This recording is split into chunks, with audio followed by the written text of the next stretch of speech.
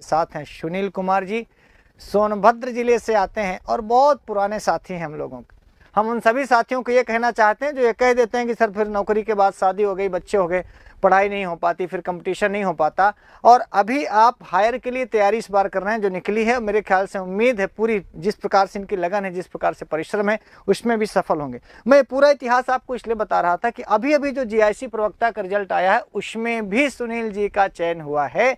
तो हम उन सभी साथियों को इस साफल्यम सीरीज और सुनील जी के माध्यम से जागृत कर देना चाहते हैं जो सो जाते हैं, जो खो जाते हैं और जो ये सोचते हैं कि अब मेरा नहीं हो सकता, अब तो बहुत उम्र निकल गई, बूढ़े हो गए, परिवार आ गया, पत्नी आ गई, बच्चे आ गए, नहीं कर सकते। उनसे आपको आज सुनील जी से सीखना है। तो आगे का सुनील जी खुद बताएंगे कि इन सब चीज़ों को देखते हुए आप कैसे पढ़ाई कर लेते हैं, क्या स्ट्रेटजी रहती है, क्या आप सोचते हैं, अभी कहाँ आगे तक जाना चाहते हैं। मैं बता दूं, शुरुआत के संस्कृत गंगा के साथी हैं बहुत शुरू में। और जो आप एक पुस्तक देखते हैं ना यूजीसी का पेपर, उसमें सुनील जी का बहुत बहुत योगदान है। सुनील जी जितना सारा क्वेश्चन गलत रहता था खोज खोज के ढूंढ के किताब में, और सवेरे से लेकर शाम तक एक एक किताब से उत्तर नहीं मिलता था, साला सुबह से शाम तक खोजते रहते थे। और आज हमने पूछा कि यार सुनील जी अभी भी आप पास हो रहे हो हर परीक्षा में? तो बोले सर सब पुराना पढ़ाई है, यही बोले थे, सब पुराना पढ़ाई। तो इससे पता चलता है कि ऐसा तो है नहीं कि नया कुछ पढ़ते नहीं है, निश्चित रूप से नया भी पढ़ते होंगे, पर पुरानी पढ़ाई का कितना असर होता है कि आज तक हर परीक्षा देते हैं और सब में लगभग सफल हो रहे हैं। तो आगे सुनील जी आप खुद बताएंगे कि अभी इन सब सारे दायित्वों का निर्वहन करते हुए, विद्यालय में पढ़ाते हुए, घर परिवार को देखते हुए, बच्चों की देखरेख करते हुए आप किस प्रकार से पढ़ करके और आगे कहाँ तक आपका प्लान है, क्या आपके सपने हैं, इनको हम सब जानेंगे। सबसे पहले मैं थोड़ा अपने विषय में आप लोगों को बता दूं कि मैं ग्राम मोराही, पोस्ट पनौली, जिला सोनभद्र का रहने वाला हूं।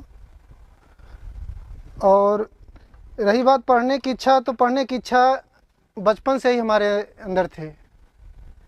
बचपन से ही बहुत इच्छा थी पढ़ने की। 2005 में हाई स्कूल, 2007 में इंटर और 2010 में इलाहाबाद यूनिवर्सिटी से बीए और 2012 में एमए, 2013 में बीएड किया। तो कहते हैं ना कि जब जिसको मिलना होता है वो मिल ही जाता है।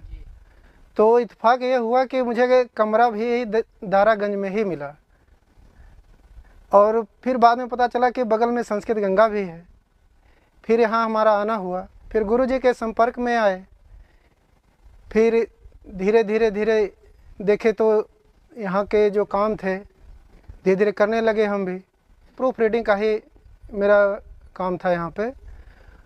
वो पढ़ते पढ़ते प्रश्नों के उत्तर खोजते ही लगभग में मेरी पूरी तैयारी हो गई। 2016 में जब हम जेआरएफ निकाले तो कहीं कोचिंग नहीं, कुल मिलाकर के संस्कृत गंगा में 10 से 15 दिन मात्र गए थे। और ये जो प्रश्न यहाँ पे हम खोजते थे इसी का ही ज़्यादा प्रभाव रहा, उसी से मेरा जेआरएफ भी हो गया। टीजीटी की तैयारी के लिए मात्र मैं केवल 1 महीने तैयारी किया था। इससे पहले हम छत्तीसगढ़ में केंद्रीय विद्यालय में संविदा पर पढ़ा रहे थे। जब 1 महीने बचा तो मैं उस संविदा की नौकरी छोड़ के यहाँ पर आ गए थे और उस 1 महीने के ही तैयारी में मैं टीजीटी निकाल दिया था। निकाला तो था लेकिन ओबीसी का मैं लास्ट कैंडिडेट था। सफलता ही होती है, चाहे ऊपर से चाहे नीचे से। हमारे लिए यही बहुत बड़ी बात थी उस समय। इसमें हुआ यह कि मैं लास्ट कैंडिडेट था जो माध्यमिक शिक्षा सेवा चयन बोर्ड का 2013 की जो वैकेंसी थी, इसमें मैं लास्ट कैंडिडेट था। तो किसी एक लड़के का इंटरव्यू में नंबर नहीं जुड़ा था, फिर बाद में उसका नंबर जुड़ा था, हम बाहर हो गए। ये घटना ऐसी थी हमारे ज़िंदगी की कि जैसे लगा कि सब कुछ समाप्त हो गया। जिस परिवार से हमारा संबंध है और नौकरी मिल करके एक तरीके से फिर चली जाए तो जैसा लगता है कि सब कुछ समाप्त हो गया। प्रत्यक्ष रूप से तो नहीं, लेकिन अप्रत्यक्ष रूप से संस्कृत गंगा की लगभग जितनी किताबें रहीं वो मैं पढ़ता रहा। और जो भी प्रश्न पत्र था, जो भी टेस्ट वगैरह होते थे, वो मित्रों के माध्यम से हमको मिल जाता था। फिर इसी तरीके से इन्हीं तैयारी से फिर मेरा झारखंड में प्रवक्ता हो गया, राजकीय प्रवक्ता। लोक सेवा आयोग से ELT की वैकेंसी आई हुई थी राजकीय की। ELT में भी हो गया सहायक अध्यापक के पद पर राजकीय हाई स्कूल चक्रारित नरहन केराकत जौनपुर में। इसी बीच शादी भी हुआ, एक बच्ची भी है। और सबसे बड़ी सफलता का ये हमें लगता है यही है कि पढ़ाई यदि करना चाह रहे हैं, सफल होना चाह रहे हैं, तो सबसे पहले जितने यार मित्र हैं, जितने सीमित होना चाहिए उतना सीमित हो जाइए। अगर एक बार सफल हो गए तो बाकी सब चीज़ें बाद में जा कर के मिल जाती हैं। तो यही हमने भी किया। जो भी इधर से किताबें थी संस्कृत गंगा से, चाहे जहाँ से भी मित्रों से जो भी नोट्स था, मैं अपने पास इकट्ठा करता गया और जब परीक्षा का समय आया तो उसी में लग गया। देखिए, सफल होने के लिए पहले तो मेरा लक्ष्य ही निर्धारित नहीं था, कोई वैसा बताया भी नहीं, तो बस केवल पढ़ते जाते थे। इलाहाबाद यूनिवर्सिटी से BA किए, MA किए, B.Ed किए, कोई लक्ष्य ही नहीं था। लक्ष्य तो बाद में निर्धारित हुआ, जब B.Ed कर लिए इसके बाद लक्ष्य निर्धारित हुआ कि नहीं, अब हमको अध्यापक बनना है। घर की स्थिति को देखते हुए जो भी आता है ये सोचता है कि भाई यहाँ से सफल होकर के जाए। तो हम भी यही चाह रहे थे कि कुछ इलाहाबाद में आए हैं तो कुछ लेकर के ही जाएंगे। अभी तो राजकीय प्रवक्ता में हो गया है, लेकिन मेरा अंतिम लक्ष्य असिस्टेंट प्रोफेसर है। तो मैं भी यही सोच रहा हूँ कि इस परीक्षा में अपने जीवन का मैं बेस्ट दूँ। शुरू में तो हमें ये भी नहीं पता था कि कैसे पढ़ना है, कैसे, तो गुरुजी के ही माध्यम से ये पता चला कि कैसे तैयारी करना है।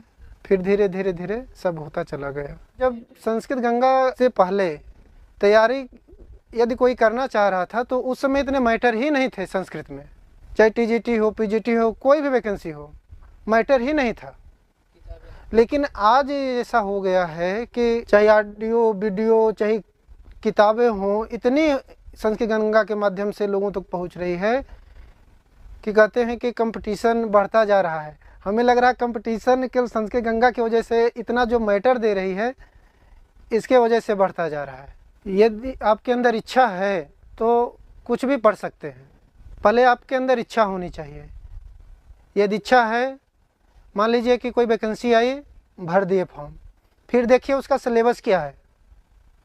सिलेबस को अपने सामने रखिए, लिख करके एकदम सामने टांग लीजिए। अब फिर सिलेबस रख लिए तो देखिए मेरे पास किताब है कि नहीं है, कौन कौन सी किताब है, कौन कौन सी नहीं है, तो किताब इकट्ठा कर लीजिए। फिर इसके बाद एक स्वयं से एक टाइम टेबल, समय सारणी अपनी बना लीजिए।